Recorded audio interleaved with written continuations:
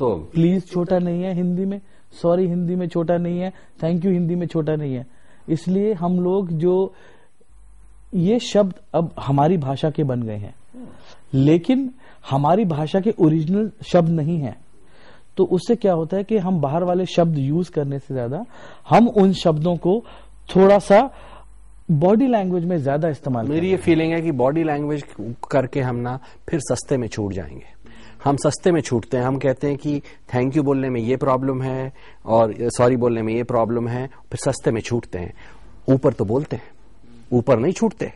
ऊपर वाला छोड़ेगा भी नहीं अगर हम थैंक यू प्लीज नहीं बोलेंगे तो, लेकिन नीचे छूट जाते हैं। नीचे वाले हम या समकक्ष लेवल पे नहीं बोलेंगे। चलो थैंक यू प्लीज को हम अडॉप्ट क्यों ना कर लें अपनी डिक्शनरी में? वो इतने सारे वर्ड्स हमारे लेते हैं। आजकल जो वर्ल्ड है, the whole world is very small. आजकल हम बहुत ही छोटी दुनिया में रह रहे हैं। कोई ये मेरी लैंग्वेज तेरी लैंग्वेज वाली बात नहीं है। Done, I agree with you. तो मेरी ये फीलिंग है कि इन वर्ड्स को हमें चाहे इंग्लिश में चाहे हिंदी में अपने यूज में लाना चाहिए। That's one point. Second point, important point मैं आपसे डिस्कस करना था, रिस्पेक्ट पे। रिस्पेक्ट पे क्या कमेंट है आपका? देखिए सर, रिस्पेक्ट एक ऐसी चीज है जो हर एक आदमी को सोचना चाहिए कि भाई कहां से शुरू होती है। आप मेरे को रिस्पेक्ट देंगे तो मैं आपको रिस्पेक्ट दूंगा। अब पहले शुरुआत कौन करेगा, आप करेंगे या मैं करूंगा?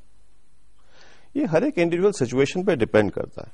आप एक रेस्टोरेंट में ले लीजिए, फॉर एग्जांपल एक वेटर है, आप किसी भी वेटर से पूछ लीजिए इंडिया में, वो कहेगा जी एक फॉरेनर को सर्व करना आसान है और एक हिंदुस्तानी को सर्व करना थोड़ा मुश्किल है। अगर आप कहते हैं कि हर अमेरिकन रिस्पेक्टफुल है क्योंकि वो अमेरिकन इधर है इसलिए वेटर उसको रिस्पेक्ट दे रहा है। नहीं, मैं ये नहीं कह रहा। ये नहीं कह रहा वो। हर फॉरेनर, देखिए आप वेटर को फॉरेनर रिस्पेक्टफुल लग रहा है, क्या वो फॉरेनर उतना ही रिस्पेक्टफुल है अपने देश में अपने वेटर के साथ? वहां पे हम होंगे, क्या पता हिंदुस्तानी ज्यादा रिस्पेक्टफुल है। ऐसा लगता है आपको? किसी ने इस एंगल से सोचा? आप खुद जाइए, आप यूके गए। मैं तो गया हूं और मैंने नहीं पाया कि हमारा बिहेवियर वहां चेंज होता है। हमारी जो बहुत सारी स्ट्रेंथ्स हैं वो हमारे पास हैं, लेकिन हमारा बिहेवियर वहां चेंज नहीं होता। अगर या ऑफकोर्स ये जरूर हो सकता है कि वहां पर हमें एक दो बार वेटर बहुत रूडली बात कर ले हमसे तो हम घबरा जाएं। दूसरे देश में हम नॉर्मली दबाव में रहते हैं, थोड़े प्रेशर में रहते हैं। खाली छुट्टी मनाने जाओ तो बात अलग होती है कि आप 2 हफ्ते के लिए गए हैं, वहां पे आपने पैसे खर्चे, ऐश की और आ गए। लेकिन आप वहां पे जब रहते हैं 2 साल 5 साल रहते हैं तो आप अपने आप को उन लोगों के साथ उन्हीं टाइप का होना चाहते हो जो कि हमारे, whether it is our colour या हमारी एक्सेंट या हमारी जो नेशनैलिटी दिखती है उससे हम अलग लगते हैं, लेकिन हम अपने आप को उनके जैसा बनाना चाहते हैं। उसके लिए हम भी बड़े रिस्पेक्टफुल हो जाते हैं। लॉज को फॉलो हम करते हैं यूजुअली, नॉर्म्स को बहुत जल्दी फॉलो नहीं करते।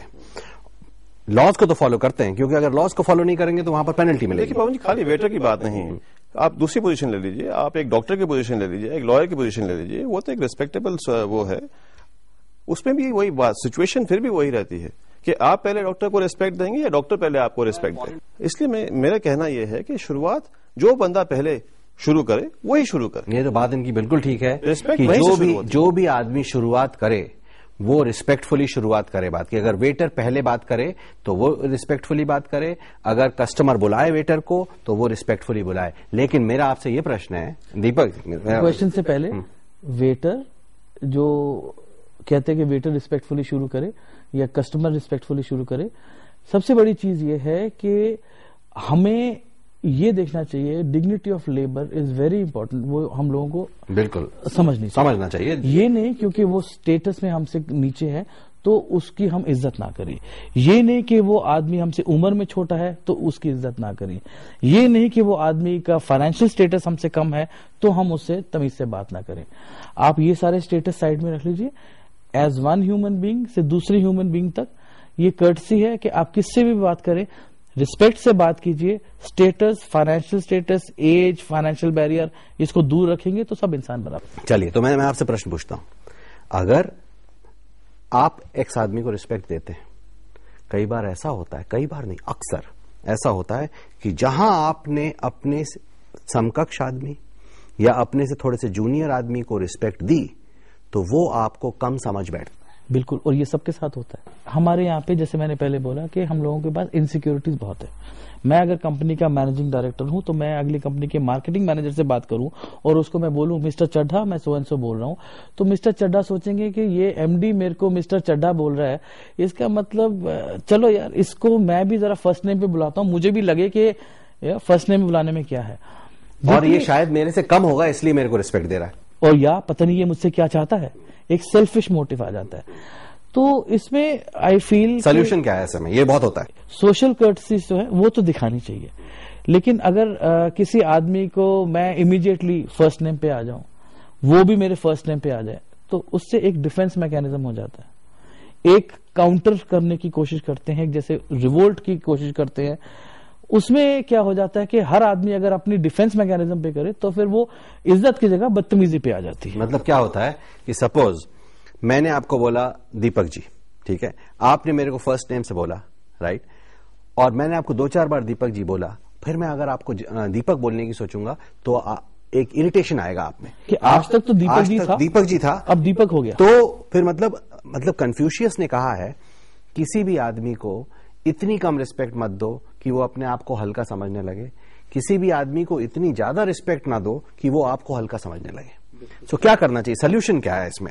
सोल्यूशन ये है कि अगर आप और मैं हर किस्म से सोसाइटी में सेम लेवल के हैं, financially, designation wise, age wise, तो मैं अगर आपको फर्स्ट नेम से बोलूं या आप मेरे को फर्स्ट नेम से बोलें, उसमें कोई प्रॉब्लम नहीं है। लेकिन जहां गैप ज्यादा है, वहां जो गैप, मुझे पता है मैं आपसे फाइनेंशियली ऊपर हूं या नीचे हूं, मुझे पता है मैं आपसे उम्र में बड़ा हूं या छोटा हूं, मुझे पता है कि मैं किस पोजीशन में हूं, स्ट्रॉन्गर पोजीशन में हूं, वीकर पोजीशन में हूं। सो अगर मुझे पता है मैं वीकर पोजीशन में हूं तो मैं आपको इज्जत दूं, मुझे पता है अगर मैं स्ट्रॉन्गर पोजीशन में हूं तब भी आपको इज्जत दूं। लेकिन अगर आप मुझे इज्जत नहीं दे रहे हैं तो इसका मतलब यही है कि आप या अपनी पोजीशन मेरी पोजीशन नहीं समझ पा रहे हैं, या आप शायद इज्जत के लायक नहीं है। तो फिर क्या करना चाहिए? मतलब उत्तर यह आया आपका उत्तर मैं समझ रहा हूं कि आप किसी को रिस्पेक्टफुली एड्रेस करते हो, वो आपको रिस्पेक्टफुली एड्रेस नहीं करता, आप उसको बिल्कुल फर्स्ट नेम बेसिस पे चले जाते हो, करेक्ट? सोसाइटी में हमने अपने आप को, हमें एक आदत है कि हम अपने आप को एक पर्टिकुलर लेवल पे जल्दी ढाल लेते हैं और जल्दी समझ जाते हैं, whether it is social economic level, whether it is because of the age और because of the family status. मेरे ख्याल से इन चीजों के भी नॉर्म्स डेवलप करने चाहिए कि इज्जत, अगर लेटर से अगर 15-20 साल कोई बड़ा है आपसे तो आप इज्जत पूर्वक उससे पेश आइए। अगर फॉर एग्जाम्पल आप पहली बार मिलते हैं तो आप उसको मिस्टर बोलिए। अगर वो आपको वापस फर्स्ट नेम पे आता है तो आप भी फर्स्ट नेम पे जाने के लिए तैयार हैं। तो हमारे घर में होते हैं, जैसे बच्चा छोटा होता है, दूसरा बच्चा पैदा होता है, तो बहन चाहे 2 साल बड़ी हो चाहे 3 साल, उसको सिखाते हैं कि बेटा दीदी बोलेंगे, या बेटे को बोलेंगे कि ये भैया बोलेंगे। आजकल नहीं है ये, हर जगह पर नहीं है, और उसके कारण थोड़ा सा फ्रिक्शन भी बढ़ जाता है 2 भाइयों में या सिस्टर और ब्रदर में। तभी तो हम ऐसे क्यों हैं? एग्जैक्टली। देखिए, हर एक आदमी एक इंडिविजुअल होता है, इसलिए हम इसको कहते हैं इंडिविजुअल पर्सनालिटी डेवलपमेंट। इसलिए हम इस पे एम्फेसिस देते हैं कि हर एक आदमी समान नहीं होता। रिस्पेक्ट की जहां तक बात है वो हमेशा लॉन्ग टर्म बात है। एक इंस्टेंट रिस्पेक्ट नाम की कोई चीज नहीं होती है कि भाई एक बार आपने फर्स्ट नेम बोल दिया है, मिस्टर बोल दिया, वो अलग बात है। पर्सनालिटी की कोचिंग क्या कहती है इस बारे में? पर्सनालिटी कोचिंग में देखिए, we have to talk to every individual अलग से, उसके क्या ट्रेट्स हैं, क्या उसके स्टेचर है, तो उसके हिसाब से उससे डेवलप किया जाता है। मेरी सोशल स्किल्स कहती है कि आप अपनी तरफ से अपना फर्ज निभाइए, अगला नहीं निभाता है तो आप उसके लेवल पे मत उतरिए, क्योंकि आपने अपना लेवल खुद सेट करना है। हमारी बड़ी सिंपल चीज है, बिहेवियर ब्रीड्स बिहेवियर। मैं इज्जत दूंगा तो मुझे इज्जत मिलेगी, मैं इज्जत नहीं दूंगा तो मुझे इज्जत नहीं मिलेगी। लेकिन अगर मैं इज्जत दूंगा तब भी इज्जत नहीं मिलेगी, मैं अपना फर्ज ना छोड़ू कभी ना कभी। एंड इट इज नॉट कि सिर्फ मुझे आज ही इज्जत चाहिए, मेरा एक वो कल्चर बन जाएगा, मेरी एक हैबिट बन जाएगी कि हमेशा इज्जत देनी है। कबीर का जो दोहा है वो कह रहा है, ऐसी वाणी बोलिए मन का आपा खोए, औरन को शीतल करे आप भी शीतल होए। मतलब वो कह रहा है कि ऐसी वाणी मत बोलो जिससे आप परेशान हो। और जो आप बता रहे हो उससे मैं इसलिए सहमत नहीं हूं कि अगर मैं रिस्पेक्ट देता जाऊं और दूसरा आदमी मेरे को वापस रिस्पेक्ट नहीं दे रहा है या मेरी गरिमा का वो कदर नहीं कर रहा है, तो मेरे पास जरूर सॉल्यूशंस होने चाहिए कि मैं उसके साथ इंटरेक्शन कैसे मोड़ूं जिससे मेरे को जो एंजाइटी हो रही है वो कम होए। क्योंकि इंपॉर्टेंट पॉइंट क्या है, हमने ये देख लिया ऊपर, तो हम देते हैं रिस्पेक्ट। हमें आज उन लोगों से बात कर दी है, उन लोगों को सुझाव देने हैं जो रिस्पेक्ट देते हैं, लेकिन उनको रिस्पेक्ट देने के कारण डिसरिस्पेक्ट मिलती है। उनके पास क्या ऑल्टरनेटिव्स होने चाहिए, क्या विधियां होनी चाहिए? मेरा ऑल्टरनेट ये है कि आप इज्जत देना मत छोड़िए, क्योंकि अगर आपको कोई इज्जत नहीं देता है तो आप बदतमीजी पे तो नहीं उतरेंगे। आप क्या अल्टीमेटली क्या होगा, झगड़ा करना है स्ट्रीट पे? नहीं, है ना? ये एक एक्सट्रीम पे जा रहे हो। मेरा पॉइंट ये है कि हम बॉडी लैंग्वेज से रोक सकते हैं क्या दूसरे आदमी का शोषण अपने ऊपर? क्या हम अपने इंटरेक्शन में लेट अस से जी आपको कोई फर्स्ट नेम से बुलाए, क्या ये शोषण है? नहीं, शोषण नहीं। मैं ये कह रहा हूं कि मैं अगर मेरा ड्राइवर या कोई थर्ड पर्सन आपको बहुत रिस्पेक्ट दे और आप उसको वापस रिस्पेक्ट ना दें, तो उसके पास क्या ऑप्शन होने चाहिए? मैं ऑप्शन से जाता हूं, आप बताइए ऑप्शन ठीक है कि नहीं? मैं बताता हूं। देखिए, पर्सनालिटी डेवलपमेंट में हम इसी बात पे एम्फसाइज करते हैं। जैसे अगर आप किसी विनम्र भाव आहिस्ता आवाज में बात कर रहे हैं और अगला गुस्से में है, वो चिल्ला रहा है, अगर वो चिल्लाएगा और आप वापस उस पर चिल्लाएंगे तो वो कभी खत्म नहीं होती बात। तो हम यही कहते हैं, अगर सामने वाला चिल्ला रहा है तो आप फिर आहिस्ता बोलिए, वो दूसरी बार चिल्लाएगा आप फिर आहिस्ता बोलिए, वो तीसरी बार चिल्लाएगा आप फिर आहिस्ता बोलिए। ये बात की गारंटी है मेरी कि उसकी आवाज भी ऑटोमेटिक नीचे आ जाएगी। इसका मतलब अच्छा बिहेवियर अपना रखिए, इज्जत देते रहिए, अगला आपके ढांचे में ढल जाएगा। सो आज का डिस्कशन अगर सम अप करें तो सरकार की हमें बहुत जरूरत है कि वो एमिनिटीज प्रोवाइड करे जिससे हम सिविक सेंसिबल हो पाए, और साथ ही साथ हमने ये भी पाया कि हर चीज में हमें सरकार की जरूरत नहीं है। सोशल एटिकेट में सोशल रिस्पेक्ट टुवर्ड्स एवरीबॉडी लाने में हमें सरकार की जरूरत नहीं है। ये आज से ही अपनी जीवन प्रणाली का हिस्सा बना। हमारी चाल है, हम में से क्यों है, आज खड़ा ये सवाल है, ज्ञान की कमी नहीं, समझदारी का काल है, हम में से क्यों है, आज खड़ा ये सवाल है।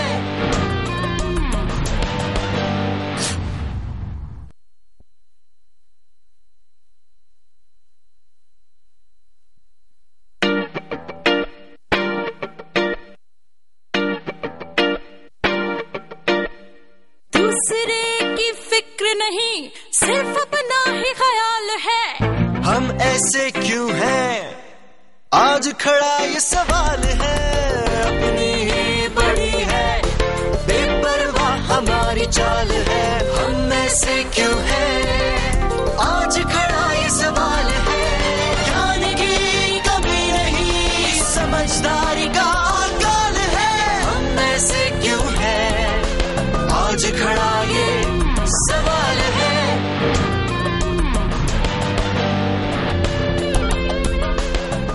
स्वागत है आपका आपके इस प्रोग्राम हम ऐसे क्यों हैं में। इस प्रोग्राम में जैसा आप जानते हैं हम डिस्कशंस करते हैं समाज में क्या कमियां हैं और कैसे इन कमियों से का सलूशन हम ढूंढ सकते हैं। हमारे इस प्रोग्राम की सोच भी थोड़ी भिन्न है।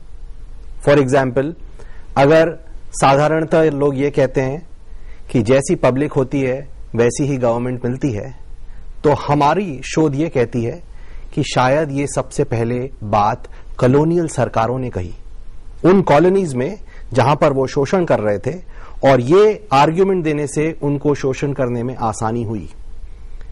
फिर हमारी शोध ये भी कहती है कि चाणक्य जैसे लोग कह गए हैं, यथा राजा तथा प्रजा, जैसा राजा होता है वैसी ही पब्लिक बनाता है।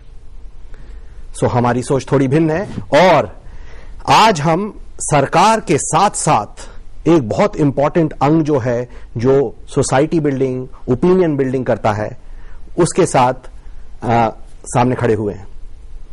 आज हमारे साथ दो बहुत महत्वपूर्ण लोग हैं मीडिया से। मिस्टर राहुल देव हैं जो CNEB के चीफ ऑपरेटिंग ऑफिसर हैं, and he stands for socially committed journalism. और साथ में हमारे leading socio political economic commentator हैं मिस्टर परंजोय गुहा ठाकुरता। आप दोनों का स्वागत है। धन्यवाद पवन जी। सबसे पहले आपसे प्रश्न पूछता हूं। हमारा टॉपिक है आज का मीडिया एंड सोशल